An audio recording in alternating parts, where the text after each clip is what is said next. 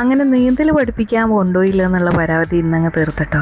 കുറേ ദിവസമായിട്ടോ ചെയ്യാൻ തുടങ്ങിയിട്ട് കുളത്തിലെല്ലാവരും നീന്തൽ പഠിക്കാൻ പോകുന്നുണ്ട് എന്ന് പറഞ്ഞിട്ട് അങ്ങനെ ഇന്നിപ്പോൾ ഞങ്ങൾ അതിനായിട്ട് മാറ്റി വെച്ചിട്ടോ. വൈകുന്നേരം വെറുതെ വീട്ടിലിങ്ങനെ ഫോണൊക്കെ കുത്തിയിരുന്ന് കളിക്കണ്ടെന്ന് കരുതിയിട്ട് അങ്ങനെ ഞങ്ങളും ഇറങ്ങിയിട്ടുണ്ട് കേട്ടോ. അങ്ങനെ ഇതാ നമ്മൾ നടന്ന് ഞങ്ങളെ ആയഞ്ചേരി കുളത്തിൻ്റെ അടുത്ത് എത്തിയിട്ടുണ്ട് കേട്ടോ. അവിടെ കുറേ മക്കളുണ്ട് കേട്ടോ. അപ്പോൾ ഇത് വലിയ ആഴമൊന്നുള്ള കുളമല്ല കേട്ടോ, നല്ലോണം അടിപൊളിയാക്കിയൊക്കെ എടുത്തിട്ടുണ്ട് ഇപ്പം. അപ്പോൾ മക്കൾക്ക് ഈ നീന്തൽ പഠിക്കൽ എന്നാണ് മെയിനായിട്ട് അവർ ഉദ്ദേശിച്ചിട്ടുള്ളത് കേട്ടോ. അധികം ആഴമൊന്നും ഇല്ലാത്തതുകൊണ്ട് അതിന് വലിയ കുഴപ്പമില്ലാണ്ട് നടക്കുകയും ചെയ്യും. അങ്ങനെ ഇതാ നല്ല മക്കളൊക്കെ ചെയ്യാനെ ഹെൽപ്പ് ചെയ്യുന്നുണ്ട്. അവന് ഭയങ്കര എക്സൈറ്റ്മെൻറ്റിലാട്ടോ ഇറങ്ങിയിട്ടുള്ളത്. ആദ്യമായിട്ട് ഇങ്ങനെ വെള്ളത്തിലിറക്കം ഇറങ്ങാൻ പറ്റുന്നത്.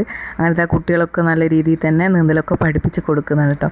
അങ്ങനെ അതൊക്കെ നോക്കി ഞങ്ങളൊരു ഇതാ നമ്മളെ വെളിയിലൊക്കെ വെള്ളം നിൽക്കുന്ന കണ്ടോ, ഇതൊക്കെ കാണുമ്പോൾ ഒരു പ്രത്യേക ഒരു സന്തോഷം തന്നെ അല്ലേ.